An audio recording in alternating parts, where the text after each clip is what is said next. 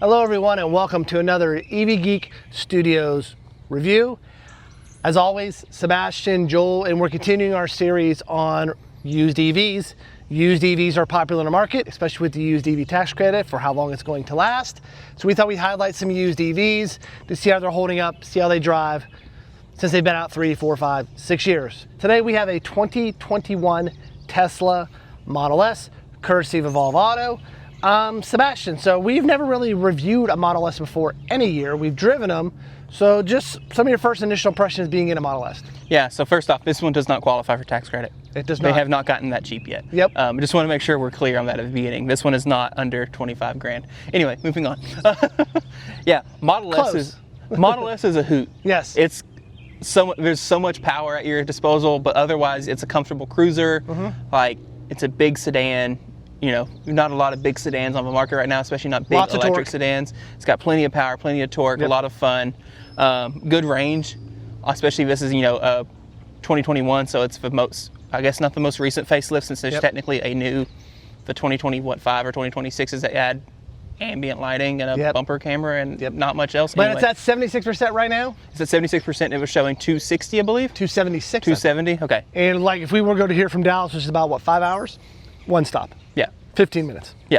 So yeah, I mean, these things are excellent road trippers, things like that. I'm excited to kind of take a tour of it and show it off a little bit. And yeah, excited to finally have some Model S content. Yep.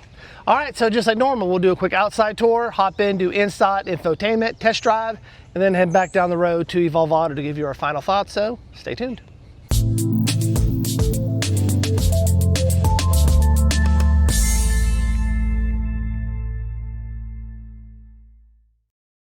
All right, Sebastian, quick outside tour of this 2021 Tesla Model S. Yeah, so this is just the Model S. I believe they call it Model S long range technically. So it's not the base? It's the base. Okay, gotcha. For 2021. Yep. You know, you would have had this and then you had Plaid. Yep. And those are kind of your only two options. These are all-wheel drive, all of them. This one's on the 19-inch range wheels. I forget what the Tesla name for these wheels are, but that's what they look like. For a used car, these wheels look good. Yeah, and they, these are covers too. So if you want them to look a little cooler, you would take the aero covers off. I'm not going to actually try to pop that off. Model S has auto present door handles like that, and they retract back in after a little while. Every car should have that. Yeah, it's a nice feature. It's a good way, especially with the way Tesla does their door handles, where you have to you never know if it's truly unlocked or not. We'll take a peek at the back seat real quick. So this is a large sedan, and you can see that back here, this is in your driving position where you were. So as you can see, yes, these do come with rear screens. As you can see, I still have plenty of room. It could go up a little bit, but plenty of room. As you see, we have a glass roof. There are 2 USB-C outlets down there, kind of hard to see. And also this thing kind of goes up too as well, so more back room. Plenty of space back here. Very comfortable. Yeah. So, I mean, this is a large, kind of full-size sedan-esque thing, except it's not a sedan. It's not. It's not. It's a liftback. Really good-sized trunk on these, dude. Yes, it is. I always forget too. I always forget every time I'm in a Model Y, or not Model Y, Model S. You've got. Ooh, this is actually a really good cargo cover too. Anyway, and look at that deep sub-storage. Yep. That's awesome. I mean, I could put my whole bag down there. Keep it covered. Keep it covered. Hide it around. You've got some netting on the side. You've got buttons there to. And you got some over here too. More deep storage. You've got buttons, which you can see you have buttons on the back of the seat here to drop them, but you also have some right there. Yep. To lower them, which is cool. And it's power closing, of course. And for 2021, this is held up really good body-wise. Yeah. No major flaws on or anything like that. It's got like a couple, there's a scratch there, but that's fine. It's a used car. It's what it's going to be. Let's look at the front trunk on Model S real quick. That is one thing, Tesla's at least nice about. They give you front trunks on all their cars, even if Cybertruck has the world's smallest front trunk. Out of all the trucks out there, it has the smallest one, yes. See here, and I shouldn't need to do anything else then. Voila. Yep. You got a decent little front trunk there. It's big enough you could, throw some. My bag would probably fit in there too. Throw some grocery bags in there too as well. Blankets, pillows on our trip. Yeah, it is carpeted, so you can't use this as like a cooler or anything like that. And there's no drain on it too. And there's no drain. We learned there's your the light and a tow hook. The tow hook. Yep. We learned on my Model Y that putting ice in there is no drain. I learned that the hard way. But yeah, I mean, on the outside, there's not really a whole lot else interesting to talk about. As far as kind of how it's held up, you know, Tesla is one thing that Tesla gets at all the time. Some of these panel gaps are not great. And actually, that one's a little better now that I've opened and closed the hood once. But that had my whole like pinky in there before. And just like there's some like panel alignment stuff. That's honestly fairly normal for Tesla, especially Teslas in 2021. Yep. And ultimately, doesn't really affect the day-to-day use of the car. Nope. Let's take a look at the inside. Yep. Let's pop inside and take a look. Hi, everyone. It's Joel from the EV Geek podcast. We are always dropping our phones when out recording, and that is why we are happy we found some awesome screen protectors from Smart Devil. The Smart Devil screen protector is the unsung hero between your screen and the shatter mess it could have been. Crafted with 9H tempered glass, Smart Devil is built to resist scratches, cracks, and chaos. Every protector features ultra-clear transparency, anti-fingerprint coating, and a bubble-free, easy install design because protection shouldn't come with frustration. It's case-friendly, touch-sensitive, and available for multiple cell phone manufacturers. I use mine for the iPhone 16 Pro Max. Whether you're a serial phone dropper, a backpack crammer, or just want peace of mind, Smart Devil guards your screen like it's guarding your soul. Check out the Amazon link below in the description of this video to purchase yours today. And now, back to the podcast. We are now a lot cooler, as in temperature-wise, sitting inside the Model S. It's a hot day here in Little Rock. All right, Sebastian, as he leans back, first thing we notice is the yoke. Yeah, so this will be fun. This video is going to turn into me complaining about the yoke the whole time. I'm so sorry. I don't understand this, especially in this car. The yoke in Cybertruck makes sense because it's steer-by-wire. And so, like, you only ever have to turn it, like, that much in Cybertruck. Well, in this thing, it's a yoke on a car that has a regular steering ratio. So anytime you want to make a big turn, I mean, you have to hand over hand the thing. And so when you go to hand over hand, and there's not anything. I've already slipped once or twice doing it. Yeah. Anyway, I'm going to end up probably griping about it a lot more than I need to in this video, but it is what it is. This is also, since it's the yoke, it doesn't have any of the stalks on it. All the buttons are here. And so let's talk about some things they've added to Model S recently. Like Hyundai, Kia cars, and a couple other automakers, when you hit your turn signal, so right now it's coming up there, but you can actually now come into settings, and if I look at, I think it was under display, yeah, you can move it to where they come up on the gauge cluster, which is awesome because Model S and X or have, they call it the driver display. Yes, driver display. Yeah. Model S and X have gauge clusters. You know, they're the only Teslas that do currently, and I really like it. I actually like having the display here. I think it's really nice. This is Tesla's infotainment system. If you've seen it in one car, you've seen it in all. It works exactly the same. So if you can't, if there's no yoke, how do you put it in park and drive and reverse and all that? So it's all finger swiped, but it does some of the auto shift stuff too. Like earlier when you backed out the spot, you know, you came back, you came to a stop, and it automatically put itself in drive. And then took you a second to figure that out. I figured out why I was in drive and actually went back to park. Anyway, and you can see anytime you get into that state, it does pop up and show you your little preview there. But yeah, if you've seen one Tesla, you've seen all of them. They all have very similar software. You can come up here. It does route planning. So like if I want to go to Dallas, Texas, give it a second to calculate. There you go. One stop, 16 minutes. We'll get there 18% and 10% arrival. Not bad at all. And if I remember right, you should be able to navigate to third-party chargers if this is on the newer version that lets you.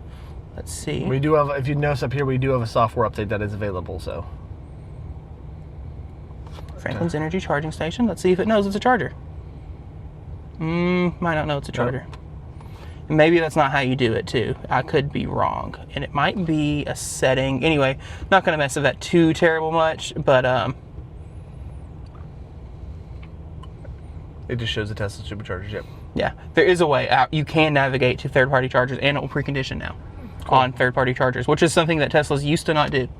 This being Model S, one thing that's unique on it is you do have air suspension. So right now we're in medium height. You can actually raise it to high, and you can actually feel it going up.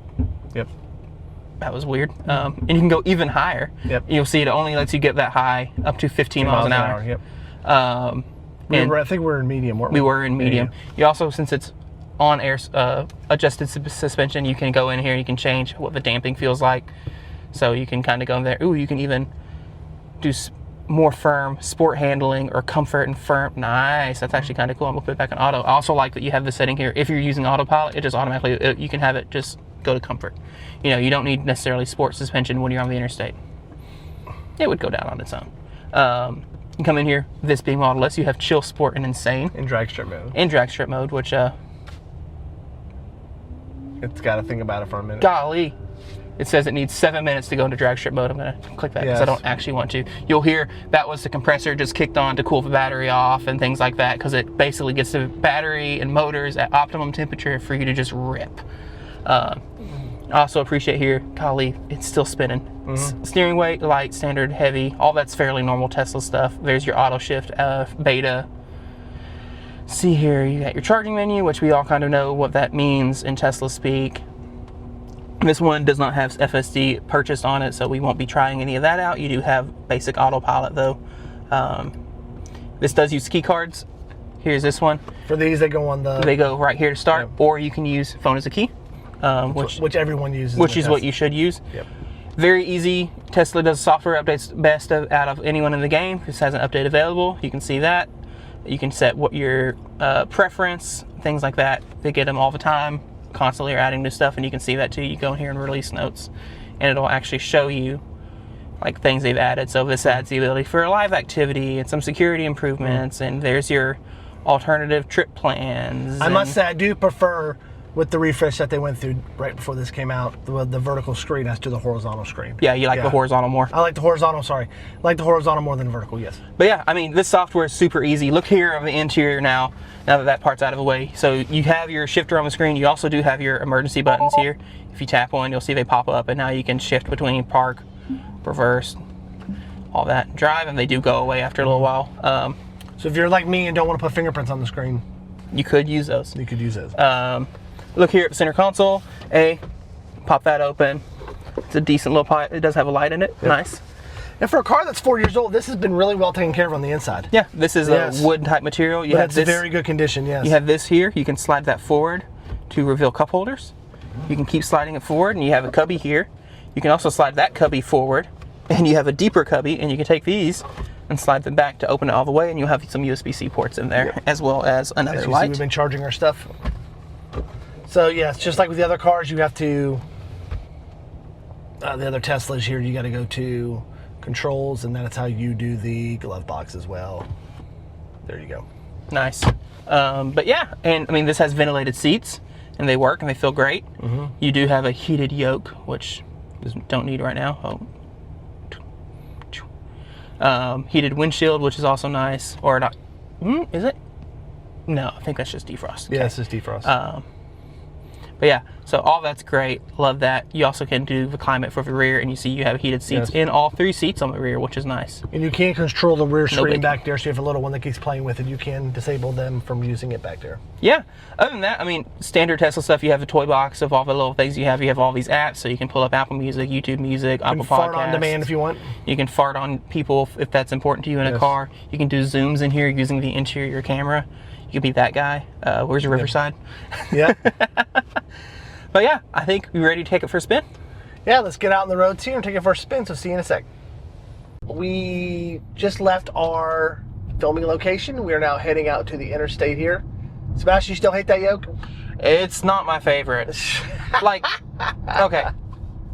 If you're driving in a straight line, it's fine. Yeah. Because it's actually not it's pretty comfortable to rest your hands on. You know, you kind of have your thumbs here at the top of the yoke, and you're just kind of chilling. But the second you go to make any sort of corner, man, it's just... Or like a U-turn. Everything that you know goes out the window. Well, it shouldn't matter because you should be it should be a FSD driving yourself. Just be using FSD. If you had it, So, on the subject of used EVs and how they've held up, let's see. Oh, okay. It's actually doing auto steer now. Yeah. Okay, good. Earlier, it was restricting us for some reason, and I wasn't sure because it does keep popping up and telling us that there's a parking sensor. Potential issue, which don't know, haven't looked. It could be something on it, could be software related, could be software related, etc. But that is, you know, on the subject of used EVs, that's stuff you look at, right? Or just used cars in general, that's stuff that could be wrong. Like I said, this one does not have FSD, or at least not equipped. You can get it, of course, $99 a month. Tesla won't let you do one-time purchase anymore, will they? I don't think unless you're buying it new. Yes, I think they've stopped that. I think they force you to do subscription. Used EVs, you got to go to the subscription. Which honestly, you should probably just go to subscription anyway. Yep. Because $99 a month, so $100 a month is $1,200 a year. So you would have to own it almost 8 years to get. Yeah. to get your money's worth. And for the most part, since it doesn't transfer. Right. You should just pay for the subscription. Because then you can also turn it on or off depending on if you think you need it. Yeah. It's like, oh, I'm going to be going on, a family road trip for the next 3 weeks. I'm going to turn it on. And the next month you turn it off. Yeah. So, yeah. So we have, see here, suspension in Low. auto and low. Auto. I'm actually going to go medium. Comfort. I just want to see if it softens up any. Because it's fine. Yep. It's not bad. But I could feel a little bit more of the road than I was expecting to feel.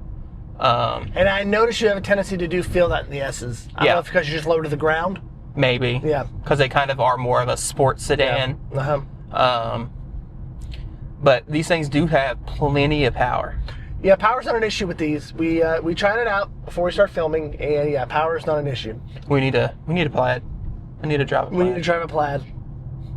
Heck, you should see if Colin will hook me up with that. I gotta see if we can get a Colin to get us a plaid. And Colin, if you're watching this, we need a plaid. I really like this. You're in the wrong lane, by the way. I am in the wrong lane. Sebastian's in an area he doesn't know. As I said, this is my neck of the woods, so... My bad, G.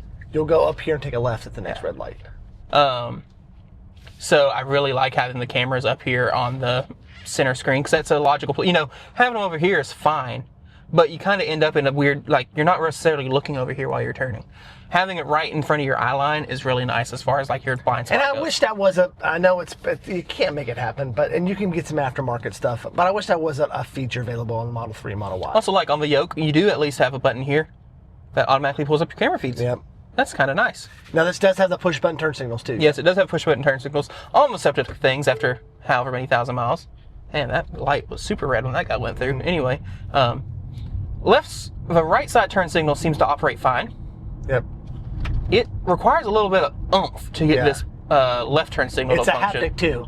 Touch. So, because I'm tapping, it takes this one is activating every time I hit it. This one, it's actually now it's working fine. Okay. Yeah. Earlier we were hitting it, and it wasn't doing anything. It was probably an operator error, which would be me. Well, no, I just did it too. So okay, good. Then I don't feel bad. So it seems maybe it's fine, and I'm just picky. So we're about to get out here on the highway, and you'll kind of get to see a little bit of that Model S fun, and things like that. Once again, on the topic of used EVs, we've seen issues over time with the wood grain on the Model 3s and Model Ys that we've seen. This is a darker wood grain though. Kind of get a little worn. This is still pretty good in here. Yeah. This is still. I know Tesla's getting away from that wood grain, their newer models and things like that, but this wood grain has held up pretty well, and I like the whole. I think 21 or 20 is when they came with the whole refresh. I like the refresh. Yeah. Better than the other one. I agree with you. I think the horizontal screen works a little bit better than the vertical screen did, and especially from just a usability standpoint. Here comes one of those weird turns now with the yoke. Yeah, I want to be able to... You're right. If it's steered by wire and you only have to go 45 degrees or something like that, then it's fine. Or 25 degrees or something, it's not that bad. So. But yeah, it's just when you start having to do more hand-over-hand stuff, you're just oh, this is gross. There's nothing to grab onto. But you're supposed to use FSD, so you don't need it. You don't care. Yeah. I do really. And this is one of the things you can't do this with a steering wheel. I love the unobstructed view of the screen. I can actually see the entire screen. I don't have a steering wheel blocking anything. You don't have to adjust the tilt of the steering wheel to see where you need to do, like on my wife's Kia. Right. It's got to be.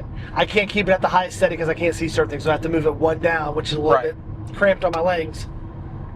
And just like with any Tesla, you're going to get over your updates. Right. Anytime that they push them out. This one has one available. We're just not connected to Wi-Fi to do it. I do also really appreciate, this is a little thing, I appreciate that the turn signals auto-cancel once you get over. Oh, okay, cool. I'm assuming it's using the fact that it can see lane lines and stuff to do that, because there is no stalk. This is nice on display. It shows you all 3 lanes and any cars that would be around you. Right. We're on a 3-lane highway right now. Model S is an easy car to speed in. I guess because I'm sitting low. There's a lot more road noise than I usually would expect there to be. That is something I was used to. I knew the Model S's did have a little more road noise. Yeah.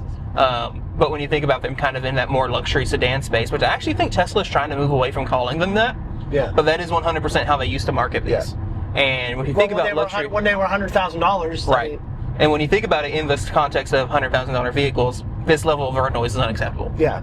But when you think about them in the context of I'm sure Lucid doesn't have this road noise. When you think of them in context of what do we start at now? I think they start at 80 again. Yep. They've bumped up a little bit, but they were in the 70s for a little while. And some of that gets a little bit more forgiving, especially too, I think Tesla's moving away from calling them luxury sedans and calling them sports sedans, which I will agree. Sports sedan is a perfect explanation for this car. Because this is a car that, A, super easy to speed in, whoops, but B, is also at any speed. At any speed, it will throw you into the back of a seat. Yeah, Sebastian just threw me in my seat. There comes lunch. So.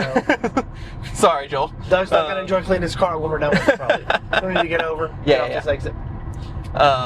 So yeah, I mean, this is just a fun car to drive. And really, once you get out there, especially you road and stuff, if you're actually listening to music or whatever, probably not that bad. Yep. And especially FSD or whatever, you get on the interstate, you kick it in. Yeah. And you just cruise, and this has great range. Road tripper. It doesn't charge as great, I don't think. Okay. As the Model Y, Model 3. Which Model Y and Model 3 don't charge great, so it charges okay. Yep. And since it has the more range, you're going to be sitting there a little bit longer too. Sitting there a little bit longer, but at the same time, you're going to go further between stops. Yes. In theory, unless you're looking at like a Model 3 rear-wheel drive or long-range rear-wheel drive Highland. Yep. That's EPA rated like 360 and actually seems to do 360 on the charge. Yep. Man, those things are magically efficient. We need to get our hands on one of those again. We do. I mean, he's got a standard range, but not a long range. Yeah. He thought it was a long range. It was mislabeled. Came in as a standard range. Yeah. Different subject, different story. Anyway, we're going to get looped around here. I don't know that I really have anything else to cover as far as driving goes. It drives like a Tesla drives, which is expected. And Model S has just tons of power. We don't notice it. For it being 4 years old, we don't notice any creaks from like the drive shafts or anything like that. I'm not hearing any sort of like creaks or rattles or anything, which I'm a little surprised by. Which Teslas that were built in 2021, 22 are known to have, and before that, were known to have those creaks, rattles, things like that. My Model 3 that I bought new before I got Model Y, off the, just driving home, I had a rattle somewhere under the seat in the back. Right. It was brand new. Model Y, I get occasional rattles here and there. It's a 2020. Sometimes if the seatbelt's not sitting the right way, it likes to rattle. So, right. Yeah. But no, I mean, everything in here feels nice. I mean, even like I've got my leg sitting on his, which usually induces some creaks because I'm pushing on it. And like if I push on it, it makes some of those, honestly, it's not even really creaking when I do that, which is shocking. Yeah. So yeah, this thing seems to have been put together. Yeah. This is so wrong. The yoke is killing him, y'all. The yoke is killing him.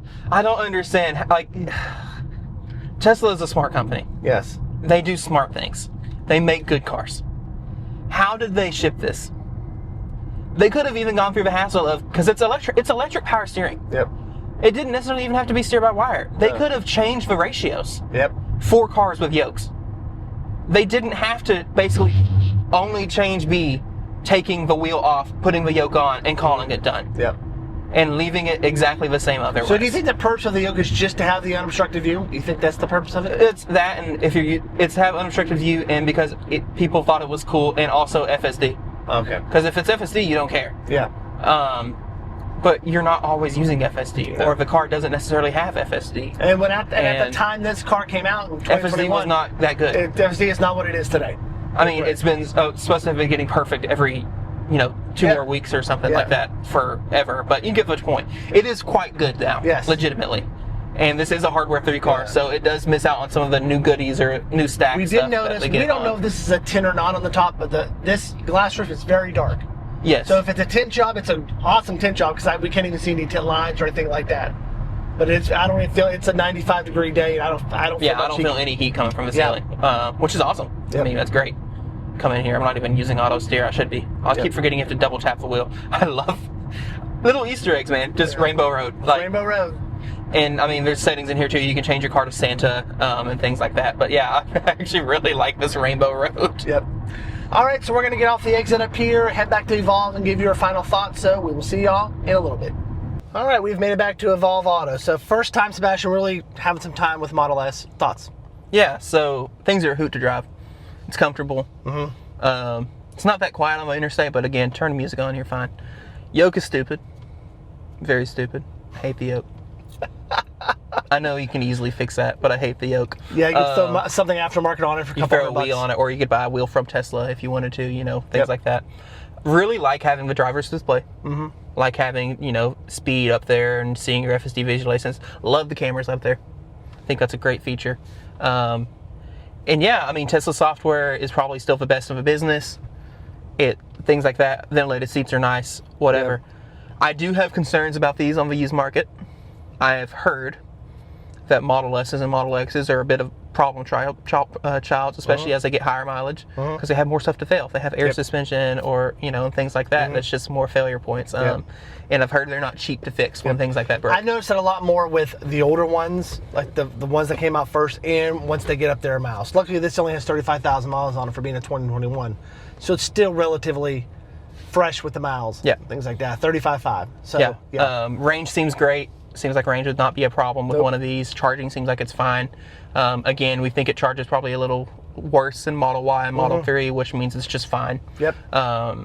Again, because superchargers are pretty ubiquitous out there, you don't necessarily have to charge deep every time you stop. Nope. Like it We're getting to a point with Tesla supercharger, especially we just got one about 5 minutes from us that are building right now, where that's not an issue anymore. We're like, oh my gosh, I have to worry about going 200 miles between stops. Right. That's getting more far and few between. Right. So what I'm excited about is, you know, we're talking about used cars and how they're holding up. The one that we're in now seems to have held up pretty well. The interior is well done. A lot of things you start seeing with the older Model S as well is some discoloration around the screen, as also some peeling on the display of the drivers. A lot of those are like, I believe, the 18 or 19 where they first came out models. We're not seeing that with these 2021s, which is good. So yeah. So once again, shout out to the group here at Evolve Auto. As always, before you leave today, hit that subscribe button and also click on that notification icon so you know when more reviews like this will come out. And we'll see you again on another EV Geek podcast review. So long, everyone. Panel gaps are atrocious. That's Tesla for you. Yeah.